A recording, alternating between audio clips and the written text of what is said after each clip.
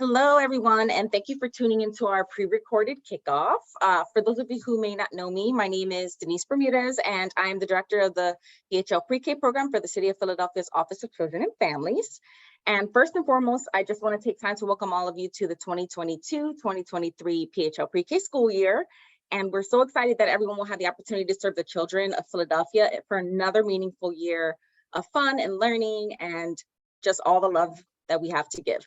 So we are pre-recording this session today because we do understand that time is limited for providers, and hope that having access to this video will allow you to be able to watch it on your own time and click through all of the links and the video slides at your leisure to rehear any items that you wish to learn a little more about or hear again. So you're going to see today various links and QR codes that you can utilize to learn more about some of the different topics we'll be speaking about today. And today we'll be going over a few items that are both exciting and informative. So I just want to go ahead and get started. Next slide, please. All right, here's our agenda for today. The first thing we're going to do is have a formal welcome. And secondly, we're going to talk about program expansion and priorities. We're going to hear from the Spark Quality Support Center, and then we're going to hear a little bit about the initiatives and opportunities that we have happening in the PHLpreK program this year. And then we're going to hear from PHMC talking about upcoming deadlines and a few other resources that we have available to providers. So once again, welcome and thank you all for taking time out of your busy schedules to review this recording. We're always starting with reminding everyone about our mission, and our mission is to increase access to quality early learning by offering free pre-kindergarten programs to children regardless of their family's income. And there are many ways by which we do this, and we'll continue to lift these up as the year goes forward. And next, I want to recognize that we do have some new teammates here at the Office of Children and Families, and we're growing. So we have recently hired two new people. We have Amy Ludwig, who is our Manager of Strategy, Policy, and Planning. And then we also have Brittany Eady, our Provider Engagement Coordinator. So you'll be intersecting with Brittany pretty frequently. And Amy a little less, but you'll be seeing her around, and she'll be doing some great projects and planning for the program. So we're so happy to have both Amy and Brittany working with us. Welcome. And of course, we are not only growing at the Office of Children and Families, we are also growing as a provider community. So our 300-seat expansion means that we added 32 new sites to our program. So welcome to the PHLpreK family, and the sites are listed here. Something that you're going to see is that on this slide, you're going to see 8 new locations operating in priority neighborhoods, which is big. And that added 123 new seats in priority neighborhoods. And again, I'm just going to mention it one more time. We did expand by 300 seats this year, and that means that there was a growth of 115% since the program's inception 6 years ago, which is big. And with the growth, there's also a growth in high quality seats. So that's the next slide. And that went from 56% in the beginning of the program to 96% now. And with seat expansion remains a priority here with the PHLpreK program. We also want to talk a little bit about supporting the needs of the growing providers, which is just as important. All right. So with that in mind, we did establish a provider advisory this past school year. And that provider advisory has a variety of perspectives that reflect many of the communities served throughout the city of Philadelphia. And these perspectives were of different regions, provider types, race, ethnicity, star level, and so on. So you can kind of see what that looked like for the 17 providers that we did have join the provider advisory this year. And the provider advisory offers feedback and insight to the program across policy, operations, and supports. So they play a big role within the PHLpreK program. And then, yep, thank you.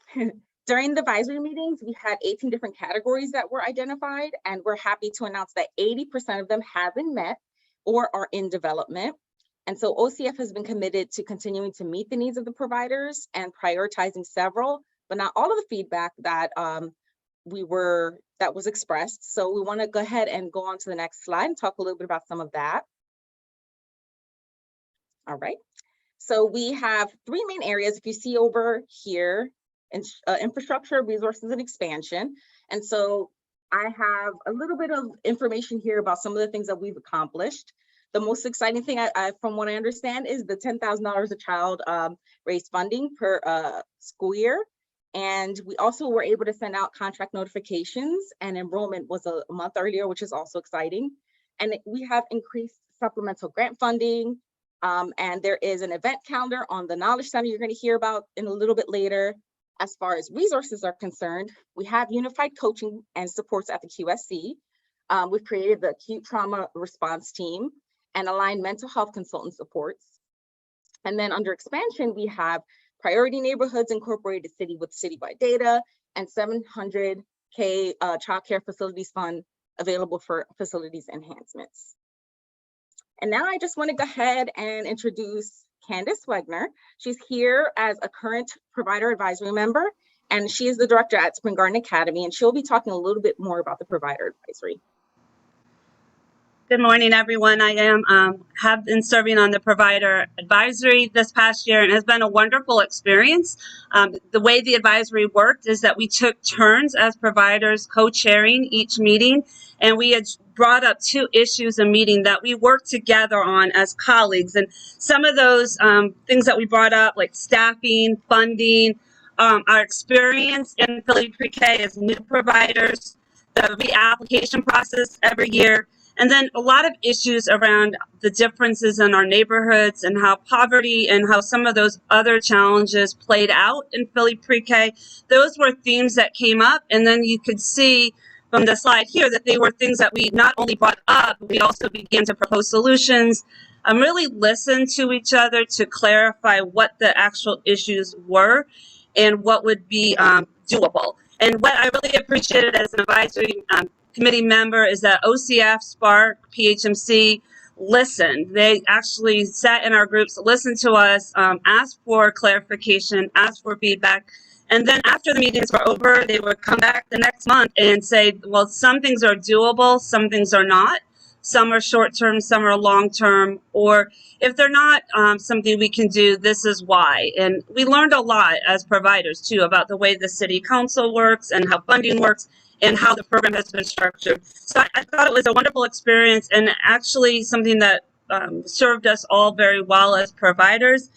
And I just encourage anybody that wants to get involved next year, step out and be part of the process and learn what we're doing as a city together, because I think we're on the right track. So I really thank OCF for setting this up and for the privilege of serving, and I encourage you to do the same as well. And I'm going to now introduce Tracy Childress from SPARK, and she's going to lead the next section. Hi, everyone. As Candace said, I'm Tracy Childress. I'm the director of the SPARK Quality Support Center. And I just want to take a few minutes to share who we are and what we do, and also to share about some of the exciting initiatives and pilot projects coming this year. So SPARK Quality Support Center is here. Here's a photograph of some of us, though not all of us are in this photo. We're here to serve you. We're here, we have a coach assigned to every provider, and that coach works with each provider to meet your needs. So we really want to curate a support plan that helps you identify trainings that are appropriate for you, that helps you identify resources that are out there for you. We have a lot of communities of practice, group coaching opportunities. So we're really looking to align our supports to your needs. So we've developed in this year a number of trainings that we've created based on feedback from you, from many of you, and from the advisory. Can you go to the next slide? Here is a sort of overview of the things that we provide in general. As I shared, we have a coach, one coach for each provider. We have a great team of content specialists who work to create trainings and resources. All of our trainings are on our event calendar, which is on our Knowledge Center. The event calendar also includes trainings with PHMC, so you can find all things PHLpreK there, not just things SPARK, because we're one team working together to support you. We're also adding to the event calendar other community events as we find them as appropriate. Our Knowledge Center is something I encourage you to check out. The link is in the slides later. There we are collecting and curating resources that support you as early childhood providers. As I shared, we have trainings. This year, we're really excited that we're going to be rolling out some digital trainings. So on-demand trainings you can do anytime for Pequot credit. We're also going to be rolling out a request button on our website where you can request in-person trainings from our menu of trainings that we've developed. We have a number of professional learning communities. You'll find those listed on our event calendar, and you'll see them, a link to that event calendar in every PHL Pre-K newsletter. As Candace said, we also help facilitate the provider advisory. So I really get the privilege to work with those of you who join the advisory to curate that process, and really that feedback from that really helps inform all of these other parts of our work. We have a help desk. The phone number is right there, 844-QSC-PHIL. You call that anytime during business hours and someone will help you navigate all of these resources. Or even if you just want to find the website, you can use this number, so save this number. And this year, we're also going to roll out a self-assessment that you'll be able to opt into. And when you complete it, it will help identify some of the resources we have that will serve you to meet your needs, the needs that you yourself identify. And then if you can go to the next slide, here's an overview of a number of initiatives and pilots that we're rolling out this year. You can kind of see how they're staggered through the year. The top ones are going to be available to everyone. So I already mentioned some of them, but we're also going to have professional development on some of the federal holidays. So if it's a day you have off for PD, you can utilize our trainings, which are PQA certified. We have lunch and learns as well. And then then I'll go over some of these others one by one. So if you can go to the next slide, Brittany. So really excited that as a collective effort of all of the leadership in the PHL Pre-K program and with input from the advisory, we've created an acute trauma and emergency response strategy. So basically what this means is should you experience or your community experience any trauma or emergency, you can reach out to us in any way to PHL Pre-K, PHMC, or QSC. There will also be a button on our website you can use, and this will trigger us to come together and provide a menu of supports that really align to your needs. So we understand that our community in Philadelphia often faces these things. So we've really created a way to respond to this that I hope you don't need to utilize this year, but if you do, we are ready to be your partner in supporting your community. I'm also excited to share that everyone will be provided with the second step curriculum this year. Every one of you will receive this. And then you will have the option to join a cohort of providers who want to work together to understand how to use this. And this will be facilitated by our staff. We, of course, will provide trainings as well and the opportunity for one-on-one coaching if you want to opt into it with your coach in terms of utilizing this curriculum. If you could go to the next slide, Brittany. We also are excited, it will be in the winter, but we have a program called the Power of Peer. This is basically a kit of materials that we will be sending to you in the winter that will support families to understand how to get their children ready for school. And along with that, we will have trainings and coaching available. But the kits will be provided to everyone. There's a really great online resource that goes with it as well. And you don't have to do anything to receive them, and we will be reaching out to see how we can support you in engaging them. Class this year, so Spark is going to offer the opportunity for those of you who want to do classroom assessment, self-assessment, to train you on how to do that if you don't already know, and to work with you to increase your scores from those self-assessments. And of course, the system will continue to work with NEAR to perform system-wide class assessments. And these are really used to help the Office of Children and Families understand how PHL Pre-K impacts children at large. So both of those will be happening. And our coaches are available to support you with your class scores and self-assessments all year. And Brittany, I think there's one more slide, or two more.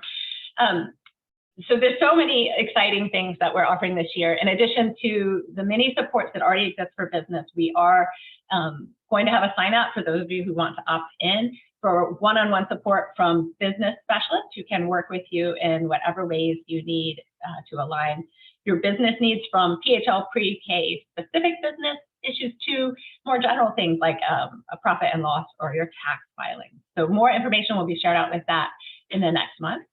And we are going to continue this year as well with the Studio Ludo Play Kit. So this is an application process because there's limited capacity. We had a number of providers do this year. You're provided with a kit that you can use in your classroom, and then our coaches work with staff from Studio Ludo to support the implementation in the classroom of using these kits. So these kits allow and help children to engage in gross motor activities, which can really help create systems for children to release their energy and be ready to participate in the classroom. So this is a way of building a system of support to address challenging behaviors, and just a great way to get new materials into your classroom and new practices. And one more slide, Brittany. And finally, again, this year, we're really excited to partner with Erickson Institute. And Erickson is a leader in the nation in family child care support. And we will be working with them for family providers. This will be a cohort community of practice, and they will provide a number of trainings that they will curate based on the cohort interest. So this is really an exciting opportunity for our family providers. And then one more slide, you can see here all of these initiatives. If you want to learn more, if you're sure that you want to participate, click here and let us know. You can click on the link, or you can scan the QR code and it will take you to a survey that you just fill out, and then we'll be sure to send you the application and materials and information about all of these. And be on the lookout at the PHLpreK newsletter, our Knowledge Center, and our website to learn more about all of these and the timing of the rollout. And I'm going to hand it back to Denise. I look forward to working with all of you this year. Thank you, Tracy, for that wonderful information. So there are a couple of other quick supports here to highlight, and these are directly from the city. And the very first one that we're talking about is the food security supports that we offer here at OCF. So food security is critical to the Office of Children and Families priority to support families to thrive. And so what food security means is that all people at all times have physical, social, and economic access to sufficient, safe, and nutritious foods that are culturally relevant and meet their dietary needs for an active and healthy lifestyle. So OCF's food security team's goal is to connect children and families to nutritious food that can help meet their immediate needs, as well as connecting them with resources that support their long-term food and economic security. And so you'll see here some information about the program, but what's most important to note is how to get in contact with the program. You can contact Laura.Crandall at phila.gov or her phone number here. And if you're interested in learning a little bit about food distribution sites map and where exactly you can find the different food around the city, just go ahead and hit phila.gov/food and you'll be able to find that information there. Next slide. Thank you. And so the second thing I want to talk about is just supports from the Philadelphia Department of Health surrounding nutrition standards. As you know, we do have some standards, citywide nutrition standards that even ECE providers have to follow. And so this is just some information about how you can best follow best practices when concerning these. So you see the physical activity and what the best practices are there, screen time, and then nutrition and hydration. And if you look at the bottom of the nutrition and hydration piece, there is the PenVest lead testing program that will help you to get testing for your water for lead. And I believe, yeah, I think next I'm going to introduce Leslie Rosler. She's the intermediary director at PHMC, and she's going to go over some more supports we have available, as well as some updates. Leslie? Thanks, Denise. Yeah, so just a couple of additional supports that we want to make sure that everyone is aware of, that we do have available for everyone, the early childhood mental health consultation support. And this is a service that is a child-specific consultative model, which addresses the social and emotional development of young children within both the early care setting as well as a home setting. It is based on the pyramid model for promoting the social emotional competence of young children. The goals of the ECMH consultation is really to reduce the number of children expelled from early care and education settings due to behavioral issues. Also to support increased understanding of social emotional development and its impact on child's educational success. And also to support linkages into bridge systems and services on behalf of the child, the family, and also the ECE program. So some of the things that the ECMH consultant can help to provide is to provide some child-specific supports around challenging behaviors, to provide strategies for both implementing social emotional teaching practices and also trauma-informed teaching practices, and can also support in providing home visits for families to address challenging behaviors. Next slide, please. The other resource that we have available to providers is also Family Navigator. And the Family Navigator supports provider engagement with families in the process of supporting any concerns and to benefit additional interventions, and provides direct support to the family through an intake process, problem solving any barriers, and obtaining services. Some of the services that the Family Navigator can support is assist in accessing preschool early interventions, so 3 to 5 early intervention services, or behavioral health services, and support navigating the process of the evaluation, and also IEP development and assignment of service providers. The Family Navigator can support in answering any questions about early intervention or behavioral health services, and support families in requesting additional information about EI services that are being provided to the child or changes in the IEP, and is able to attend IEP meetings at the request of the family. For behavioral support health services being provided, they can also support in any changes to the treatment plan, and can also attend those meetings at the request of the family. Other referrals and resources that the Family Navigator can help support connecting families to are low-income home energy assistance, housing resources, tenant assistance, food assistance, and a number of other connections to support families' needs. Additionally, the Family Navigator supports in making referrals to Elwyn. And so just one of the things to remember when making a referral to Elwyn, that please be sure that you are emailing the form over to Elwyn rather than faxing it, that you are including as much information as possible, and that you are also including the family's preferred language. So if their preferred language is other than English, that you are ensuring that you are identifying that. The Family Navigator can initiate the referral as well as attend the evaluation IEP meetings. For any of these resources, if you're interested in them, either the ECMH or Family Navigation supports, you would reach out to Zaira Velez, who is a provider services coordinator at azvelez@phmc.org. Just a few reminders and updates. So folks are enrolling for Children for September. Just a reminder about the enrollment targets. The 50% enrollment target is coming up for August the 26th, with 100% enrollment target for September 30th. Please make sure that you are including a complete application, and that you have current age and residency documentation for verification. As a provider services specialist, we'll be starting the enrollment verification process this month.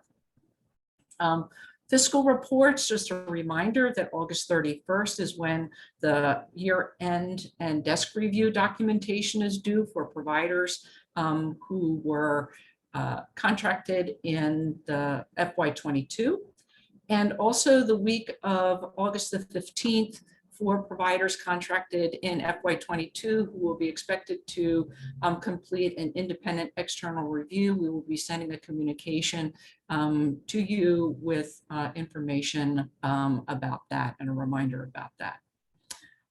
Growth providers, so providers who are not yet a Star 3 or a Star 4, you will be on September the 30th required to submit an updated STAR 3 waiver and action plan. We'll be communicating with you about the submission of that as well.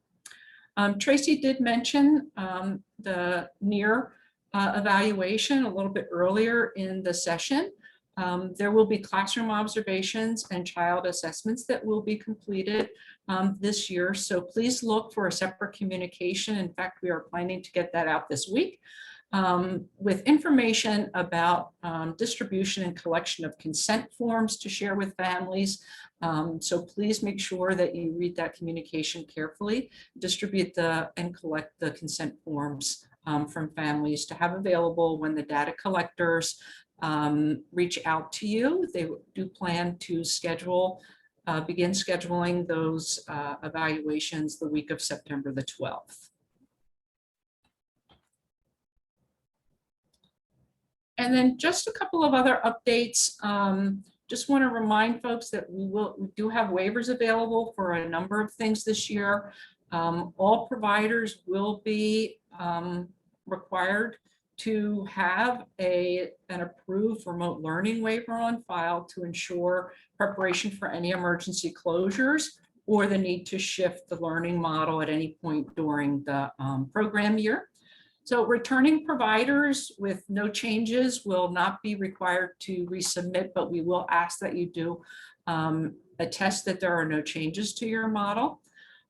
Curriculum, developmental screening, and child assessment waivers are also available. We will have those forms available beginning the week of August the 15th. And for staff qualifications, as you know, staff qualifications expectations were aligned to the PA career pathway this year. The resulting change does impact for some individuals a change to the ECE credits that are required to meet the requirements, and to assist programs with staffing to meet these criteria. There is a staff qualifications waiver available for assistant teachers, lead teachers, and directors. And also for individuals who were staffed last year at a program, there will be a temporary exemption for returning staff that met the FY22 staff qualifications and were verified as compliant in the PD registry. So please do look for a communication the week of August the 15th regarding all of the waivers that are available to folks. And please do read them carefully. Reach out to PHMC if you have any questions. We will also have some office hours available that we will be publishing around some of these things as well. And then with that, I will turn it back to Tracy.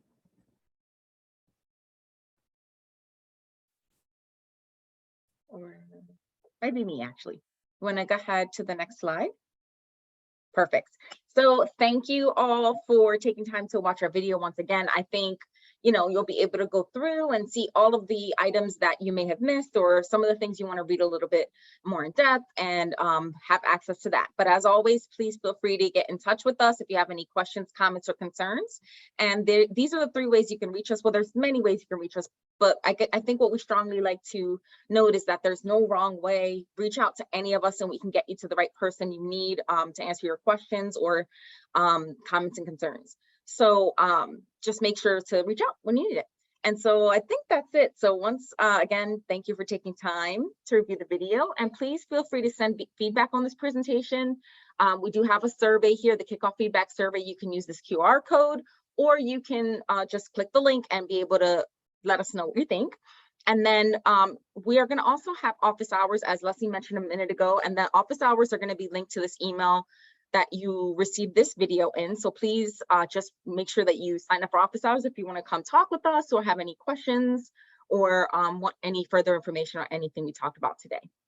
So thank you.